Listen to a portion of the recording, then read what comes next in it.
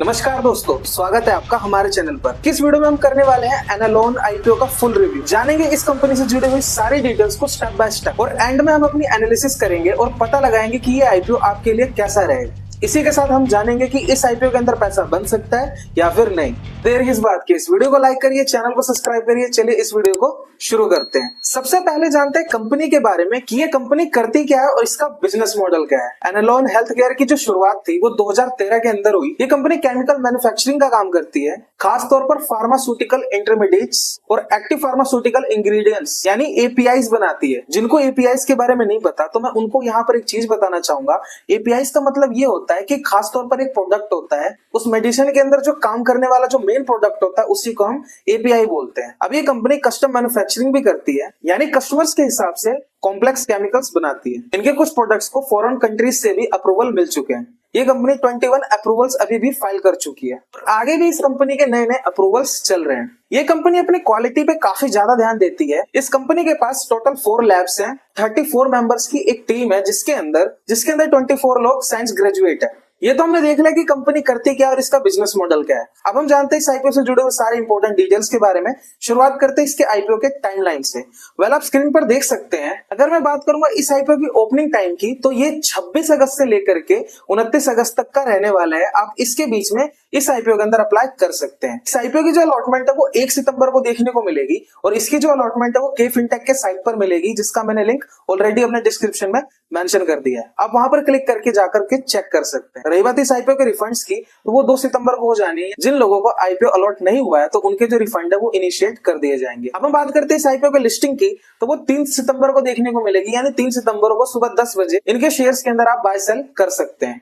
इसी के साथ कुछ और इंपॉर्टेंट डिटेल्स जान लेते हैं। इस आईपीओ का जो इश्यू साइज है वो 121.03 करोड़ का देखने को मिल रहा है और ये सारा का सारा फ्रेश इशू है। इसके अंदर कोई भी ऑफर फॉर सेल नहीं है। रही बात इसके प्राइस बैंड के बारे में तो ये 84 रुपीज से लेकर के 91 रुपीज का यहाँ पर देखने को मिलेगा। इसका प्राइस बैंड छोटा है, इसकी वजह से काफी सारे लोग इस आईपीओ के अंदर अट्रैक्ट होंगे। इसी के साथ इसके एक लॉट के अंदर 164 शेयर्स रहने वाले हैं। इस आईपीओ के अंदर एक लॉट अप्लाई करने के लिए हमारी जेब से जो पैसा जाना है वो 14,924 रुपीज का जाना है। इसके अंदर एक लॉट अप्लाई करने के लिए आपके पास 14,924 रुपए होने चाहिए। इसी के साथ अब हम बात करते हैं इस आईपीओ के रिजर्वेशंस के बारे में। तो ये अपना 75% का जो स्टेक है वो क्यूआईबी को ऑफर कर रहे हैं। रिटेल कैटेगरी को सिर्फ ये 10% का ही अपना स्टेक ऑफर कर रहे हैं और जो बचा हुआ 15% है वो एनआईआई को ऑफर कर रहे हैं। इस आईपीओ से जुड़े हुए हमने सारी इंपॉर्टेंट डिटेल्स चेक कर लिए हैं। अब हम जानते हैं इस कंपनी के बैलेंस शीट के बारे में और पता लगाते हैं इस कंपनी ने क्या प्रॉफिट किया या फिर लॉस।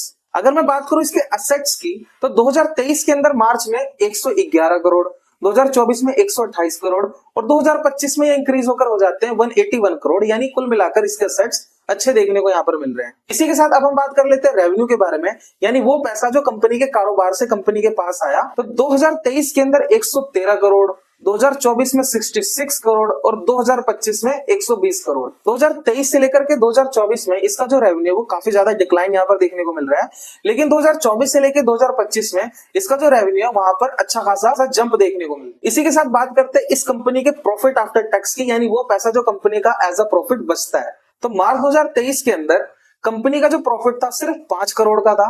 2024 में ये इंक्रीज होकर हो जाता है 9.66 करोड़। 2025 में इसका जो प्रॉफिट है 20.52 करोड़ का हो जाता है। वैसे देखा जाए मार्च 2023 से लेकर 24 में इनके रेवेन्यू के अंदर गिरावट देखने को मिली है, लेकिन वही अगर हम बात करेंगे प्रॉफिट की तो यहाँ पर जंप देखने को मिल रहा है। कुछ तो दाल में काला है। इसी के साथ अगर हम बात करेंगे इस आईपीओ के नेटवर्थ के बारे में, 2023 के अंदर 7.37 करोड़, 2024 के अंदर 21.03 करोड़ और 2025 में 80.42 करोड़। इसका जो नेटवर्थ है वो बहुत ही अच्छे से इंक्रीज होते हुए यहाँ पर देखने को मिल रहा है। अब बात करते हैं कंपनी के रिजर्व एंड सरप्लस के बारे में, यानी वो पैसा जो कंपनी के एक्सपेंशन एंड ग्रोथ के लिए एडिशनली कंपनी के पास होता है। 2023 के अंदर इसका जो रिजर्व एंड सरप्लस है -5 करोड़ का यहाँ पर देखने को मिल रहा है। 2024 में ये इंक्रीज होकर हो जाता है, यानी पॉजिटिव होकर हो जाता है 5 करोड़ का। 2025 के अंदर सडन इंक्रीज होकर हो जाता है 40.57 करोड़। इसी के साथ अब हम बात करते हैं कंपनी के बोरोइंग्स के बारे में, यानी कंपनी के ऊपर लोन कितना है। तो 2023 के अंदर 66 करोड़ का था। 2024 में ये बढ़कर हो जाता है 74 करोड़। 2025 में ये कम होकर हो जाता है 58.35 करोड़। इसकी जो बैलेंस शीट है ना वो काफी ज्यादा अप्स एंड डाउन्स यहाँ पर देखने को मिल रहे हैं। फिलहाल एक अच्छी बात नजर ये आ रही है कि कंपनी ने कहीं ना कहीं अपने लोन को कवर अप किया यहाँ पर। इसी के साथ इस कंपनी के कुछ और फंडामेंटल्स के डिटेल्स देख लेते हैं। इसका जो ROE है वो 40.45% का यहाँ पर देखने को मिल रहा है। इसी के साथ अगर हम बात करेंगे इसके डेट टू इक्विटी रेशियो की, तो वो यहाँ पर हम 0.73 का देख सकते हैं। बात करेंगे इसके प्रॉफिट मार्जिन की, तो वो यहाँ पर थोड़े बहुत अच्छे देखने को मिल रहे हैं, 17.06% का। ये प्रॉफिट मार्जिन काफी अच्छा होता है। बाकी आपने सोलर कंपनी के देखे ही होंगे प्रॉफिट मार्जिन, जिसके 4%, 7% के होते हैं, लेकिन इस कंपनी का प्रॉफिट मार्जिन शानदार है। इसी के साथ इस कंपनी का जो पी रेशियो है वो यहाँ पर हमें 17.67 का देखने को मिल रहा है। ये तो हमने कंपनी के फाइनेंशियल देख लिए। अब हम बात करते हैं कंपनी के जीएमपी के बारे में। फिलहाल इसकी जो जीएमपी है वो अभी तक अपडेट नहीं हुई है। जैसे इसकी जीएमपी अपडेट होती है तो मैं आपको अपने टेलीग्राम चैनल पर शेयर कर दूंगा। फिलहाल अगर आपको टेलीग्राम ग्रुप से जुड़ना है तो इसका मैंने लिंक डिस्क्रिप्शन में दे रखा है। ये बिल्कुल ही फ्री ऑफ कॉस्ट है। जितने भी आने वाले अपकमिंग आईपीओज हैं उनकी जो इंपॉर्टेंट डिटेल्स एंड जीएमपी है उसको टाइमली हम वहां पर अपडेट करते रहते हैं। तो आप डिस्क्रिप्शन में जाकर के हमारे टेलीग्राम से जुड़ सकते हैं। इस आईपीओ की कंक्लूजन जानने से पहले मैं आपसे एक छोटी सी रिक्वेस्ट करना चाहूंगा। फिलहाल आप सभी का इतना लव एंड सपोर्ट देने के लिए बहुत बहुत धन्यवाद। हमारे 1000 सब्सक्राइबर्स की फैमिली कंप्लीट होने में जस्ट 70 सब्सक्राइबर्स रह गए हैं। जो भी लोग हमारे चैनल पर नए आए हैं, मैं उन सभी लोगों से एक रिक्वेस्ट करना चाहूंगा, प्लीज हमारी वीडियो को लाइक करके चैनल को जरूर सब्सक्राइब करें। आपके एक लाइक और सब्सक्राइब से हमें मोटिवेशन मिलती है ऐसे यूजफुल वीडियोस बनाने की। तो प्लीज हमारा चैनल जरूर सब्सक्राइब करें। अब हम बात करते हैं अपने कंक्लूजन के बारे में। तो शुरुआत करते हैं इस आईपीओ के ऑब्जेक्टिव्स के बारे में। तो कंपनी के आईपीओ के ऑब्जेक्टिव्स के अंदर ये शामिल है, इस कंपनी के पास जो आईपीओ से पैसा आएगा उसमें से ये कंपनी 30.72 करोड़ रुपए अपने आने वाले कैपिटल रिक्वायरमेंट्स पे खर्च करेगी। इसके अलावा जो 5 करोड़ का जो पैसा है उससे ये कंपनी अभी हाल ही में जो लिए हुए बोरोइंग्स है उसको रीपे करेगी। और लास्ट के अंदर जो कंपनी के पास 43.15 करोड़ रुपीज है उससे ये कंपनी अपने आने वाले वर्किंग कैपिटल रिक्वायरमेंट्स में यूज करेगी। तो ये हमने कंपनी के ऑब्जेक्टिव जान लिए।